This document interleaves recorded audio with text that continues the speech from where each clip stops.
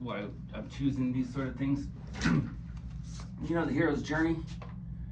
Joseph Campbell's hero's journey? No. I mean, quick lesson on it. So the hero's journey is a story structure that's called the monomyth, and all fantasy stories kind of adhere to this monomyth. Okay. All right, so so you have a hero and you have a world, okay? And your hero is called to adventure, okay? So you have your hero characters here, and then a wizard comes and says, you have to go on an adventure. Okay, so that's the first thing that happens. So in Lord of the Rings, a wizard shows up, we gotta go do this. And the wizard is any sort of, magical, powerful, helping character. But so you have the wizard and you have It's somebody who brings the quest, just like D&D. And then the first thing that has to happen is called the refusal to call. Right. Right? And so they have to say, no, I can't do this. Right. But the whole world is happy except for our hero. Our hero needs something. So you see how Luke, Frodo, they all need something. He's like, I gotta stay and be a farmer another year. I can't go and join the academy. I can't go off and, go on an adventure. And then, so these two robots show up. He ends up with the wizard and he's called to adventure. And he's like, you gotta go with me, Luke. I'm getting too old for this shit. And the only reason he decides to go is because the family he had was taken from him. Right, and so he was left with no choice. So just like when Frodo has to take the ring, right?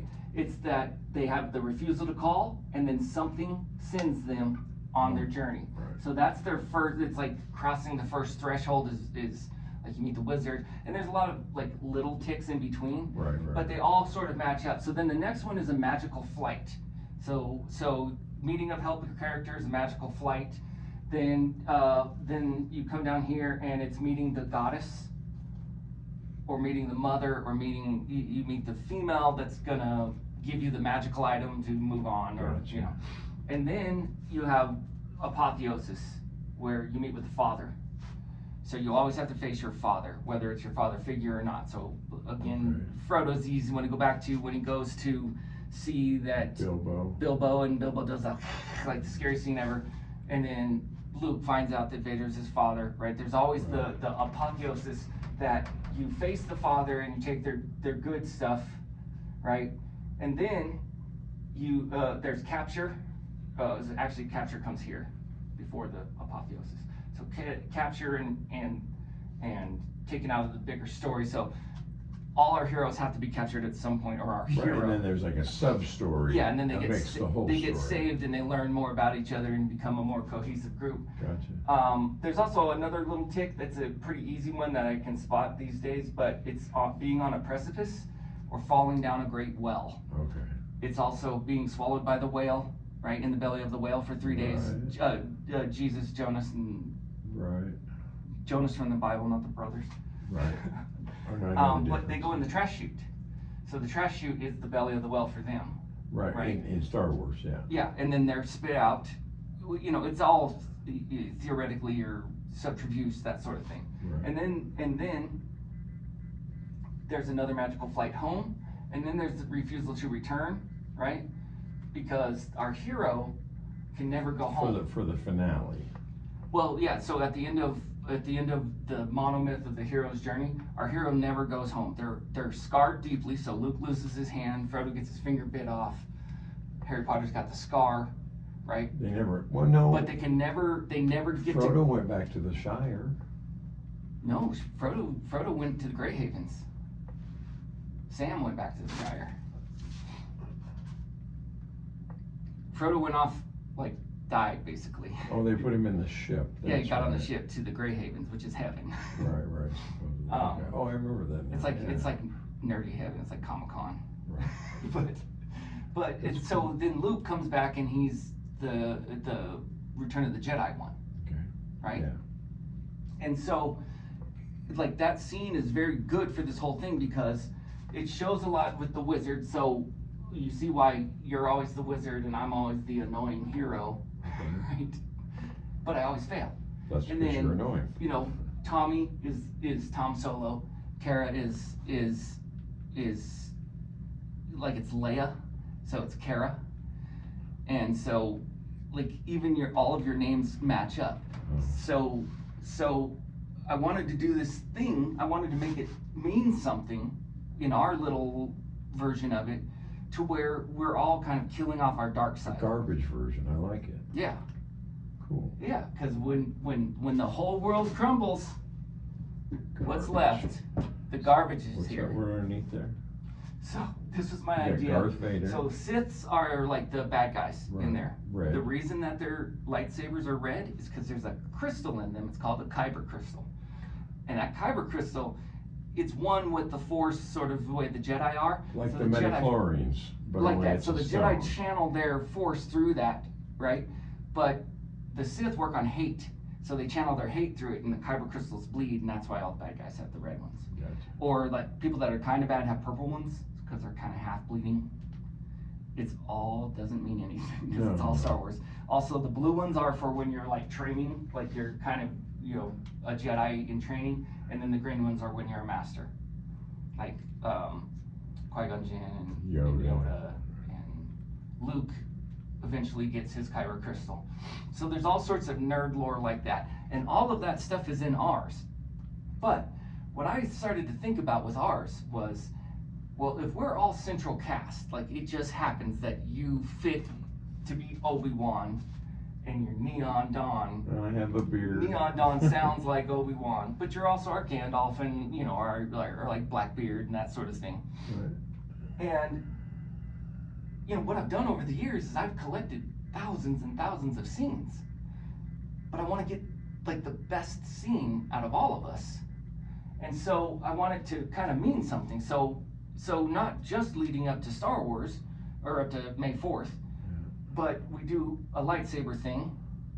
One, so Alan can get out some of his stuff, and if I make it a pool cue, and he gets his own, it's his own personality. And you said his name was Wrecker? You wanted to go with Wrecker? Anyway, but the whole reason we all have our own little names is because we are all part of this sort of pile of Oh, I theater. met a guy that wants to be called Monkey. He introduces him as Monkey. Oh.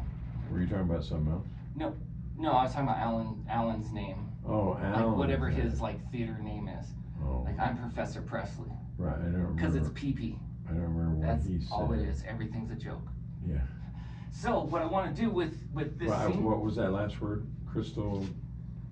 Chris Gaines. Chris Gaines. You know how deep of a cut that Chris Gaines is? I'm teaching, so instead of Darth Vader, I want to do Garth Vader, Garth Brooks, right? I'm a Sith in dark places. Chris Gaines was when Garth Brooks changed his personality. Oh, that's right. He flipped over to that dark hair. And he did the pop thing. So here's my idea. If we could do it, I was hoping that, you know, at the Wayfair, because we have a stage, but I wanted to have Chris Gaines get up there. Oh, you mean at the Wayside? At the Wayside. Wayfair Just get up on a stage furniture. somewhere. And it's Chris Gaines about to do his popular thing, and then I want to have a cowboy just slice them all up. And that's They Darth go up there Vader. with a lightsaber, them up, and then we rebuild him into Darth Vader. You see how deep that is? we chop up Chris Gaines. We start with Chris Gaines. We chop him up. We build him back together like Darth Vader, right? Oh Just my like God. Anakin, we take this annoying piece of crap that never should have lived, and we turn him into somebody cool, the blackest brother in the galaxy. Okay. But think about it: a Darth Vader cowboy. I want to get the black hat. We'll do a mask. We have him like, Yeah. you know. Yeah. The big. Because I would love for us to do the whole bar singing at the end with the make a guitar and do like just the country version of the Sith song. I was given a guitar that I'll allow you to play it if you can play the tune. Well, and if you think about anything that I make, everything I do is always like a music video, right? So like, did you ever see the Toby Keith music video for As Good As I Once Was? Because everything I do is made after that video. No. And Maybe I've seen it. I just don't remember. Well, and I'll show it to you because it's like a personality. Because so the song he's saying like, she said I've seen you in here before, but he's telling a story to a bunch of guys, right? But in the video, he's at the bar actually talking to the girl, and so he's only sort of touching on what the story is and he's seeing it in his head in a certain way. Gotcha. And that's what we're seeing, is what he's seeing in his head, not what's actually happening. Gotcha. And I know that sounds confusing, but that's what I'm trying to sort of make with the Star Wars thing. It's not that we're garbage because we're bad. No, garbage is good. It's we're garbage because we're still here. And so if we can play on those little things, right, with Neon Don Kenobi, and you're part of theatrical garbage, and Kara's part of it, and the fact that we all met doing the Star Wars one, well then what I want to do is we'll have Alan, I want Alan to have his own character and his own stuff, but I think he would probably be good for Garth. Yeah, he wears black well. He does. Darth He Vader. can walk opposing. Yeah. Well, we have a Vader mask, and the whole idea would be No, that, I mean the way he dresses black. He does a lot of black, a lot of skulls, a lot of.